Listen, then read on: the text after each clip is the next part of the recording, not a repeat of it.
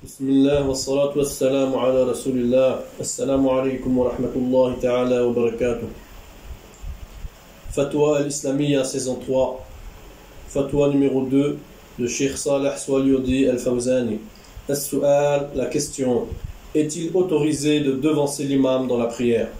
Jawab, la réponse: non, ce n'est pas permis de le devancer dans la prière, que ce soit dans le ruku', l'inclinaison, le sujoud, la prosternation, le qiyam, le fait de se relever, et le salam, la salutation, et également le insraf, le fait de se lever à la fin de la prière.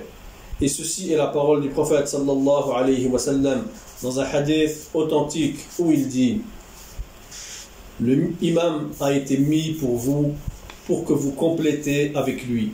Ne le contrariez pas. Si l'imam dit Allahu Akbar, vous dites aussi Allahu Akbar et ne le faites pas avant lui.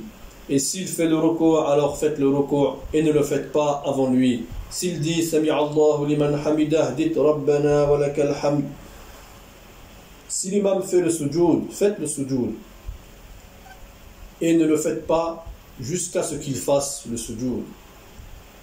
Pour expliquer ce hadith, on est obligé de suivre l'imam en suivant de près sans retarder. Et celui qui devance l'imam dans son ruku' et dans son sujoud et dans son qiyam, cette personne n'a point de prière, elle n'a pas de prière. C'est-à-dire que sa prière n'est pas acceptée.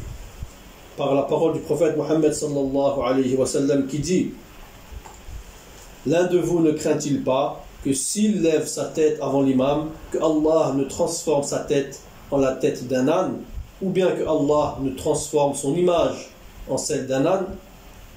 Dans un autre hadith, il dit: moi je suis votre imam, ne me devancez pas dans le ruku', c'est-à-dire l'inclinaison, ni dans le sujoud, c'est-à-dire la prosternation, ni dans le qiyam, la relève, ni dans le insraf,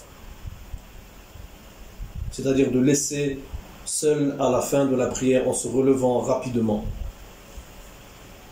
Les savants du hadith disent que l'obligation c'est de ne pas avancer l'imam et que la sunna est de suivre l'imam. Wallahu a'lam.